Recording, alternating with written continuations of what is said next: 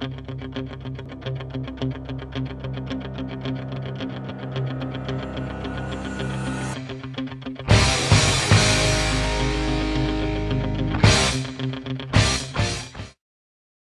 of the things that I didn't talk about before were metronomes. Did I talk about cadence last week or 2 weeks ago? Okay. One of the key components to barefoot running is cadence. How many times your feet hit the ground.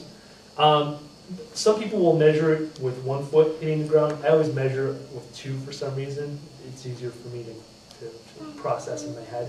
But the idea is you ideally want to have 180 steps per minute at least. That's like the bare minimum you want. If you do that, no matter what else you do, if you relax, run with a cadence of at least 180, you'll be well on your way to developing good form. If you do those two things, it's almost impossible not to have pretty good form.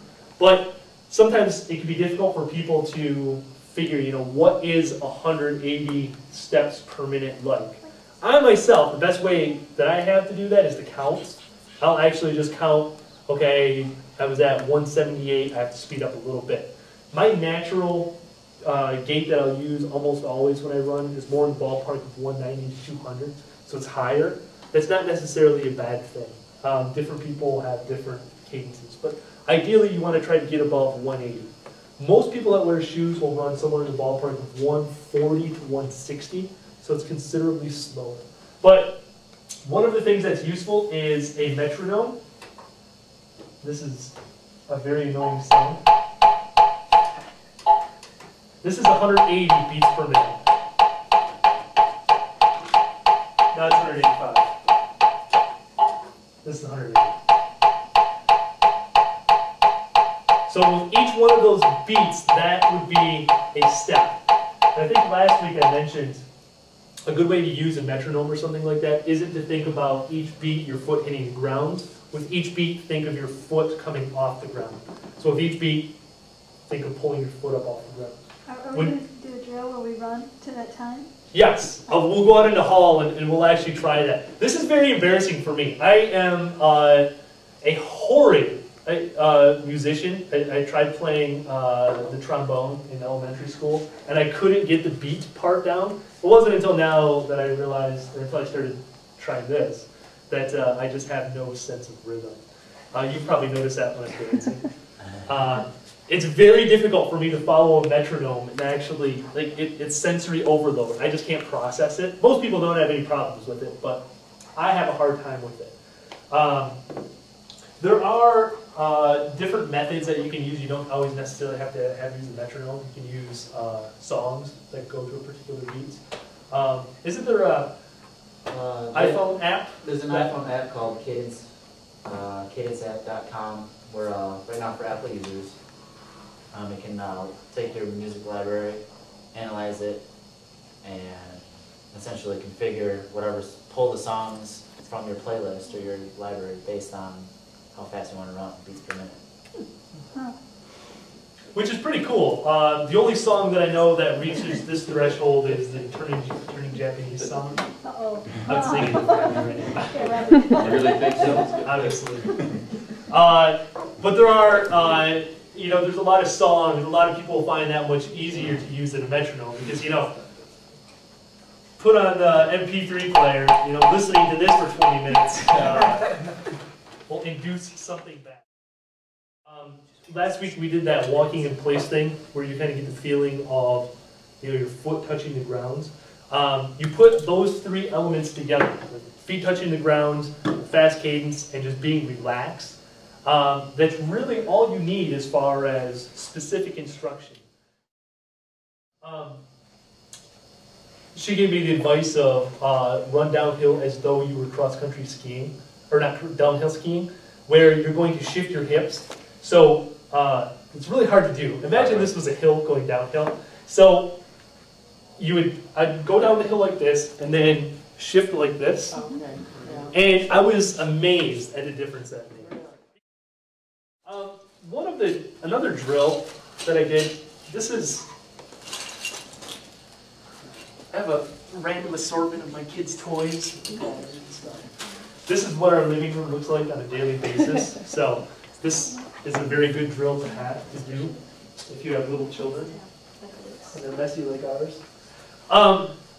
I call this the marble drill because I originally did it with marbles, but my kids gave me the idea of doing this. One of the things you can do to strengthen your feet is simply pick stuff up with your feet. And I'm not exactly sure if everybody has this ability. I'm assuming everybody does, but Shelly's told me that I have freakishly long toes. But all you do is practice picking stuff up with your feet, grabbing it, trying to grab it with your toes, moving it over to the side or wherever, and then putting it down. Or if you have a package, you know, you can, or a box or something, you can pick the stuff up and put it in there.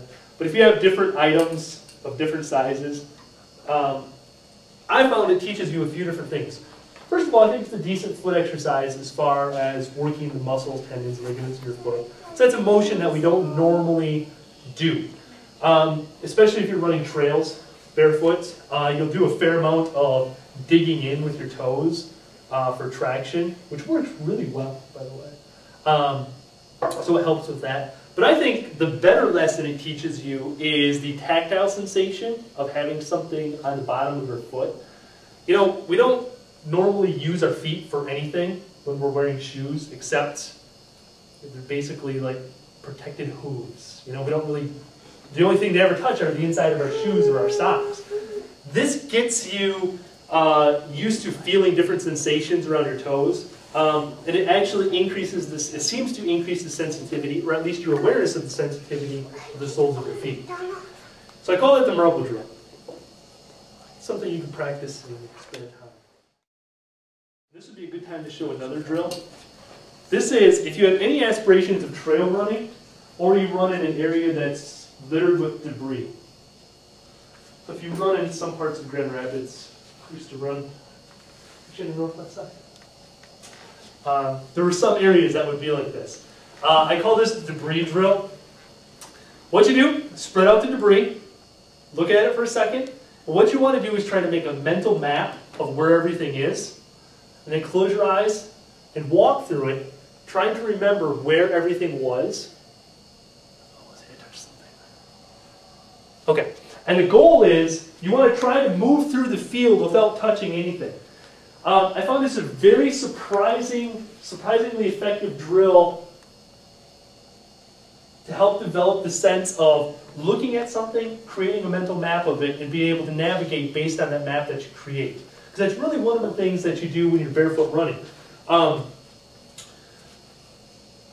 If you're running, first of all, most runners when they run, they'll look anywhere but actually in their path.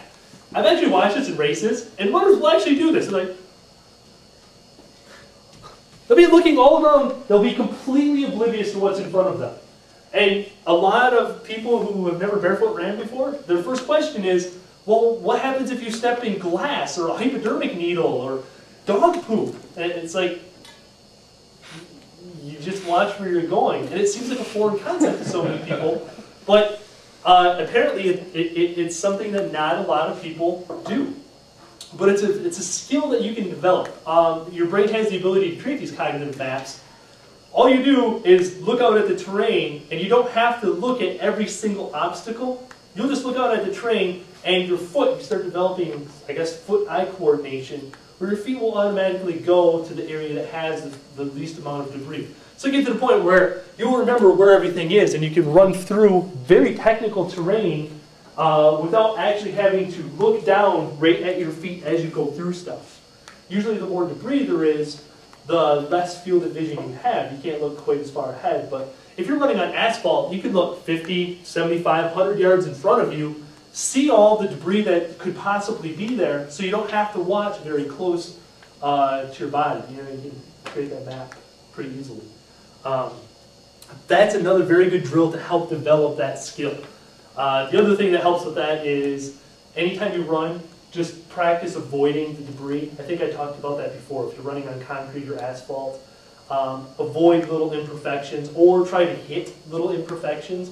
Just get used to your feet moving in different ways to touch different stuff underneath. Instead of just blindly running without any awareness of the terrain in front of you, it just helps with that terrain moving.